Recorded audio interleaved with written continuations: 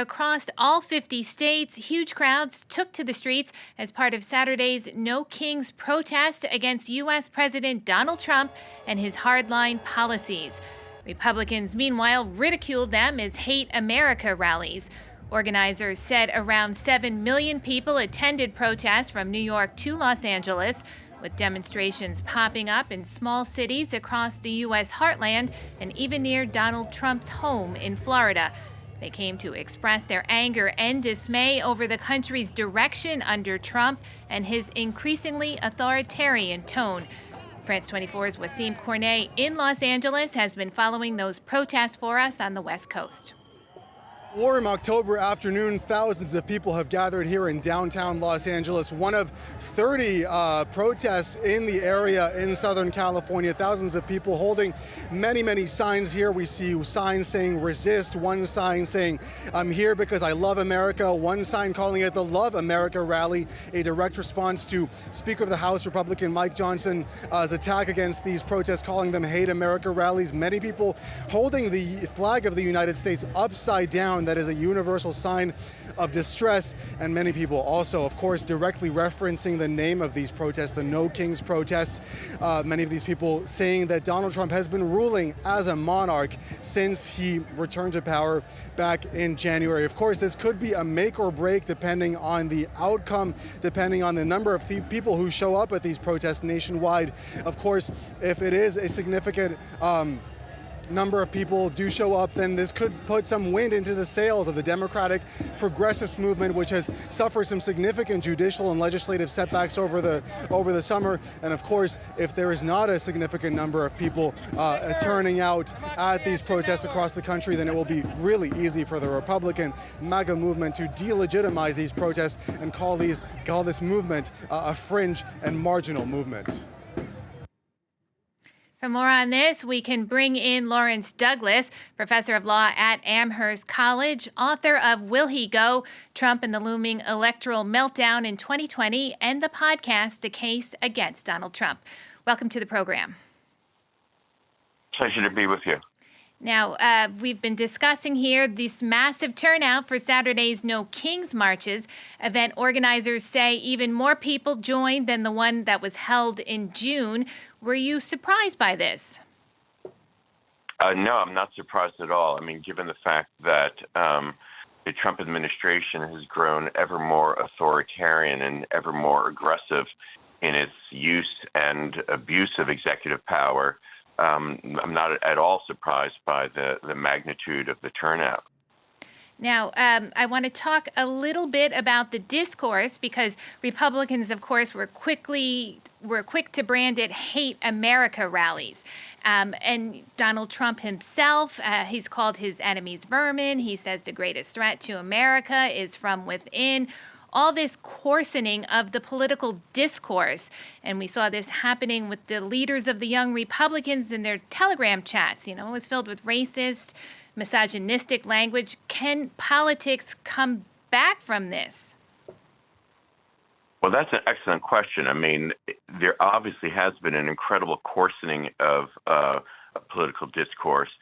And, you know, I think more generally, one thing that Donald Trump has been excessively successful at is at dividing America. And it is really easy to divide when you basically engage in sort of gross name calling. And when you say, you know, I hate my enemies, and the way in which, and it's again, of course, it's not just the political discourse, it's the way the political discourse then manifests itself in executive actions. The way in which he has been moving towards this weaponization of the Department of Justice, the way he's moved towards the militarization of domestic policing. So it's not just discourse, it's actions as well. And whether the country can snap back from that, I think will be very, very difficult. It will certainly be very difficult while Donald Trump remains president. Now, I want to talk a little bit about the judiciary in the United States. As you were mentioning, Trump's really been putting the squeeze on there. He's pushing out lawyers he's deemed insufficiently loyal. He's pushing investigations into people he deems enemies. What kind of damage is this doing to the country's courts? And also, is that something that can be undone? Well, I think one thing we've learned from the Trump administration is that institutions are only as strong as the people who are occupying the positions of power within them. And if you're successful at removing career lawyers from the Department of Justice and replacing them with loyalists, then you can see the way in which the Department of Justice can be easily distorted. And, we should bear in mind, it's not just investigations. We now have, over the last 2 weeks, indictments. We have James Comey being indicted, the former FBI director. We have Letitia James, the district attorney in New York who prosecuted Trump. We have now John Bolton, his former national security advisor. And so, again, the question is, can you snap back from that? Well, again, you've lost a lot of these very dedicated and very able career prosecutors, and you now have replaced them basically with lackeys and loyalists. And with everything that Trump has been doing since he took office, what do you think has done the most damage to America's democracy? And can America's democracy actually withstand Donald Trump? Well, that's, again, it's a really, really important question. And I think one thing that we've seen is that the kind of institutional checks on this type of authoritarian exercise of executive power, they really failed. I mean, they failed on the level of Congress. The Republicans have basically turned into a MAGA party. The lower federal courts have exercised a lot of pushback, very courageously and importantly, but the Supreme Court has not. The Supreme Court, again, for whatever reasons, has kind of almost signed on to the MAGA agenda. And the ultimate check would have to come from the American people themselves.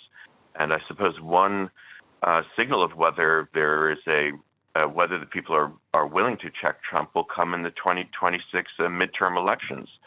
But I think we should also be worried about the way in which Trump could use military force on the streets of the United States for the purposes of trying to chill people from exercising their right to vote.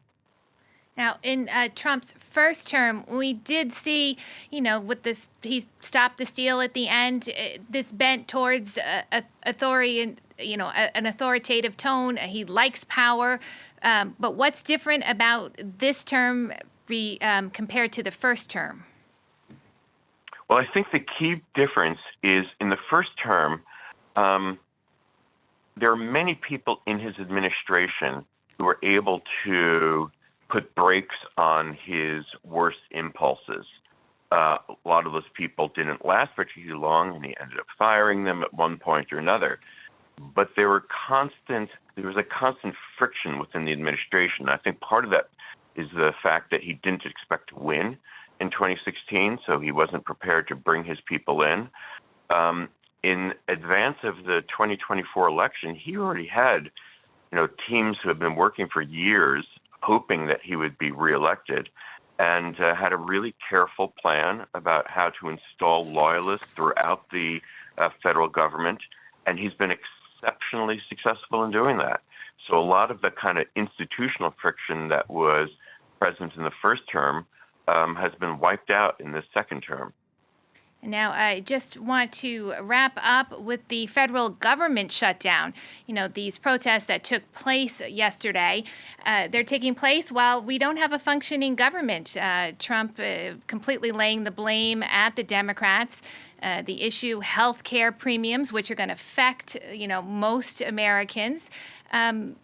All this that's happening, is there anything that can be done to change the discourse ahead of midterms? I mean, you mentioned that that'll be the true test. But, I mean, at some point, are we going to get somewhere where voters say, look, this is enough, I can't take this, and I'm not going to vote for Republican candidates?